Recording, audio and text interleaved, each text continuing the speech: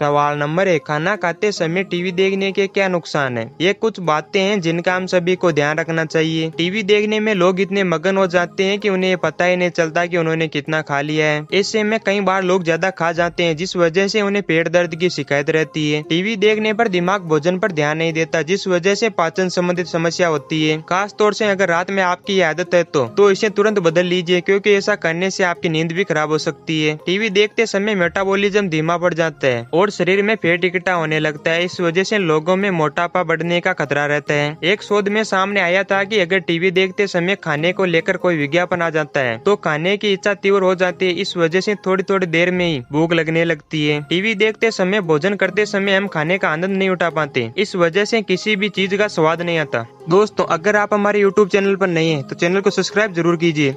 सवाल नंबर 2, सूर्य को जल क्यों चढ़ाया जाता है? सूर्य को अग्नि का कारक माना गया है, इसलिए सुबह सूर्य को जल चढ़ाने से उसकी किरणें पूरे शरीर पर पड़ती है, जिससे हार्ट, त्वचा, आंखें, लीवर और दिमाग जैसे सभी अंग सक्रिय हो जाते हैं। सूर्य को जल चढ़ाने से मन में अच्छे विचार आते हैं। ज्योतिष के अनुसार सूर्य देव को सभी ग्रहों में सबसे शक्तिशाली माना गया है। वहीं धार्मिक मान्यताओं के मुताबिक सूर्य को देवता श्रेणी में रखा गया है, इसलिए इन्हें प्रत्यक्ष देव भी कहा जाता है। वैज्ञानिक दृष्टिकोण से भी सूर्य का विशेष महत्व है। इसे सकारात्मक ऊर्जा का प्रतीक माना जाता है। सूर्य की किरणें शरीर में मौजूद बैक्टीरिया को दूर कर निरोग बनाने का कार्य करता है। वैसे यदि धार्मिक दृष्टिकोण से देखें तो सूर्य देव को आत्मा का कारक माना गया है, इसलिए सुबह सूर्य देव के दर्शन से मन को बेहतर कार्य करने की प्रेरणा मिलती है। साथ ही ये शरीर में स्फूर्ति भी लाता है। प्रत्येक सुबह सूर्य देव को जल चढ़ाने से भाग्य अच्छा होता है। सभी कार्य बिना किसी बाधा के पूर्ण होते हैं। हर कोई आपके लिए खुश रहता है और आपके लिए निष्ठावान रहता है। ज्योतिष शास्त्र के मुताबिक सूर्य ही वह ग्रह है जो व्यक्ति को सम्मान दिलाता है। नियमित रूप से सूर्य देव को जल चढ़ाने वाले व्यक्ति का व्यक्तित्व प्रभावशाली बनता है, उसे लोगों से सहयोग मिलता है और ऊंचे पद का भी सम्मान मिलता है। सवाल नंबर 3, लड़कियां पैर में काला धागा क्यों पहनती है? प्राचीन काल से ही काला टीका लगाना, काले कपड़े पहनना नजर से बचाने का एक अच्छा तरीका माना गया है। काला धागा उनको बुरी नजर से बचाने के लिए बांधा जाता है, लेकिन इसके पीछे क्या कारण है कि लड़कियां पैर में काला धागा क्यों पहनती है? वैज्ञानिक कारण। काला धागा बांधने के पीछे कई वैज्ञानिक कारण भी है। माना जाता है कि हमारा शरीर 5 तत्व जैसे कि पृथ्वी, वायु, अग्नि, जल और आकाश से मिलकर बना है। इन सभी से मिलने वाली ऊर्जा से ही हम सभी सुख सुविधाओं को प्राप्त करते हैं। जब किसी भी व्यक्ति को बुरी नजर लगती है तो वैज्ञानिक मान्यताओं के अनुसार काला रंग ऊष्मा का अवशोषण होता है। जब भी किसी व्यक्ति को बुरी नजर लगती है तो वह काला धागा उस बुरी नजर को अपने अंदर ले लेता है और हमें बुरी नजर नहीं लगने देता। ज्योतिष की नजर में यह भी माना जाता है कि एक पैर में काले धागे को बांधने से व्यक्ति माला माल भी हो जाता है, वह बुरी शक्तियों से भी बचता है। फैशन। पैरों में काला धागा बांधने का एक फैशन भी बन गया है सुंदरता के लिए। ऐसा भी माना जाता है कि कुछ लड़कियां जो पैर में काला धागा पहनती है सुंदर दिखने के लिए भी डालती है। उनका मानना है कि पैर में काला धागा बांधने से उनका पैर सुंदर दिखाई देता है। सवाल नंबर 4, क्या भूत होते हैं? भूत प्रेत लोक कथा और संस्कृति में अलौकिक प्राणी है जो किसी मृतक की आत्मा से बनते हैं। ऐसा माना जाता है कि जिस किसी की मृत्यु से पहले कोई इच्छा पूर्ण नहीं हो पाती और वो पुनर्जन्म के लिए स्वर्ग या नरक नहीं जा पाते, वो भूत बन जाते हैं। इसका कारण हिंसक मृत्यु हो सकती है। जो व्यक्ति भूखा, प्यासा, संभोग, सुख से विरक्त, लोभ, वासना आदि इच्छाएं और भावनाएं लेकर मरा है, अवश्य ही वह भूत बनकर भटकता है। और जो व्यक्ति दुर्घटना, हत्या, आत्महत्या आदि से मरा है वह भी भूत बनकर भटकता है, या जिनका अंतिम संस्कार उचित तरीके से नहीं किया गया होता है। भूत प्रेत में विश्वास पुराने समय से भारत व सभी देशों के लोगों के दिमाग में गहराई से जुड़ा हुआ है और ये आधुनिक तकनीक और विज्ञान विकास के युग में अभी भी बना हुआ है। दुनिया भर में कई भूत से पीड़ित स्थान है, जैसे कि जीर्ण इमारतें, शाही मकान, किले, बंगले, घाट आदि। कई फिल्मों का निर्माण इस पर किया जा चुका है। मुहावरे के रूप में भी इनका प्रयोग होता है, जैसे भूत सवार होना, भूत उतारना, भूत लगना आदि। प्रारंभिक दौर में विज्ञान भूत प्रेत के अस्तित्व को खारिज करता आया है, लेकिन वर्तमान दौर में वह इन्हें एक दिव्य ऊर्जा के रूप में स्वीकार करने लगा है।